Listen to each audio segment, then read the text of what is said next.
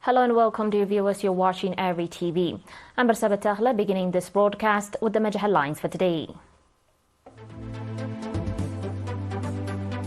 National Workshop on Agriculture Development. Seminars on health issues held in the Anseba region.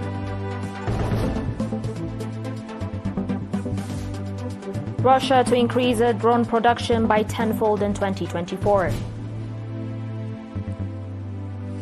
And a major jihadist attack in Mali's capital killed more than 70 people.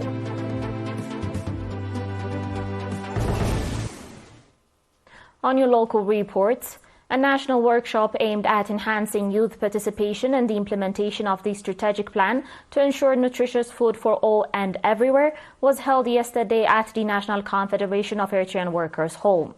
The workshop themed Integrated Youth Participation in Agricultural Development was organized in collaboration with the Ministry of Agriculture and the National Union of Eritrean Youth and Students. In his keynote address, Mr. Erifai, Minister of Agriculture, highlighted the ministry's ongoing efforts driven by a 5-year strategic plan. He emphasized that the focus has shifted from simply achieving food security to ensuring access to nutritious food. Minister Erifai stressed the critical role of youth in achieving this goal and mentioned ongoing efforts to support farmers in producing agricultural products year-round, utilizing micro-dams and larger dams in their areas. The workshop featured extensive briefings from agricultural experts on key topics, including strategies for ensuring nutritious food, beekeeping as a business model, producing organic fertilizers from household waste, and fostering agricultural innovation and creativity. Representatives from the National Union of Eritrean Youth and Students also delivered presentations on the importance of vocational training and small-scale loan programs for youth involvement in agriculture. Participants engaged in thorough discussions on the presentations and put forward several recommendations, such as encouraging greater youth involvement in modern agricultural practices, organizing agribusinesses-focused training programs, and conducting research on the current level of youth participation in agriculture. In his closing remarks, Mr. Saleh Ahmedin, chairman of the National Union of Eritrean Youth and Students, commended the workshop for providing a platform to engage youth in agricultural activities. He reaffirmed the union's commitment to playing an active role in supporting these efforts.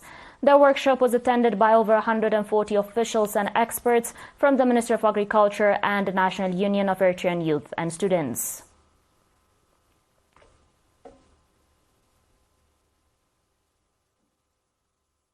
On your last local report, the National Union of Eritrean Women, in collaboration with the Ministry of Health in the Anseba region, organized seminars for members in the subzones of Haggas, Ilaberit, and Hamil Malo.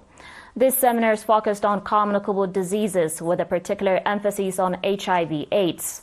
The primary aim of the seminars was to reduce new infections and minimize death related to communicable diseases by educating participants on preventive measures.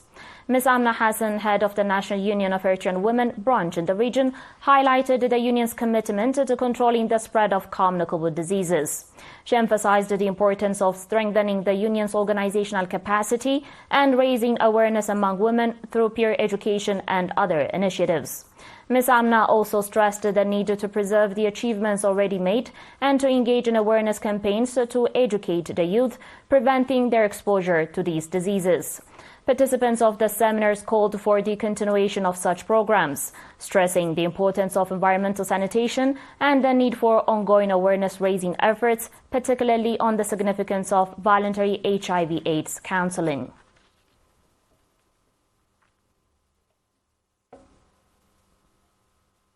The viewers will be back shortly with your international reports and more, so please stay tuned.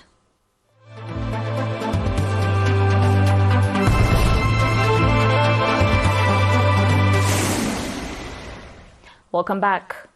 Russia plans to raise its drone production by nearly 10 times in 2024 in comparison with the previous year. Russian President Vladimir Putin announced this on Thursday in St. Petersburg. At a meeting of the Military Industrial Commission on Special Purpose Unmanned Aerial Vehicles, Putin said that about 140,000 drones of various types were delivered to the armed forces in 2023. In the current year, drone production is expected to expand dramatically this year. Meanwhile, the range of unmanned systems is expanding and crewless boats are being developed.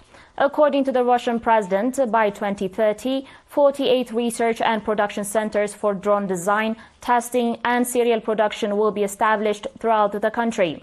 As Putin noted, Russia's national project concerning unmanned systems has been in place since this year and will continue until 2030.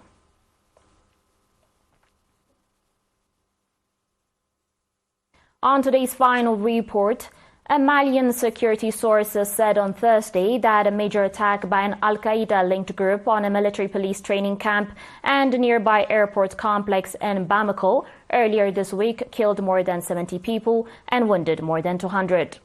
News from the West African nation has been restricted since a junta takeover, but the scale of the attack raises questions about the security strategy of Mali's transitional authorities.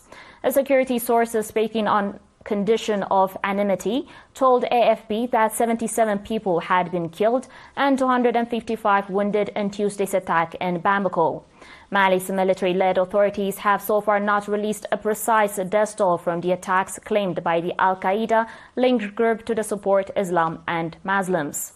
Mali has since 2012 been ravaged by different factions affiliated to Al-Qaeda and the Islamic State group.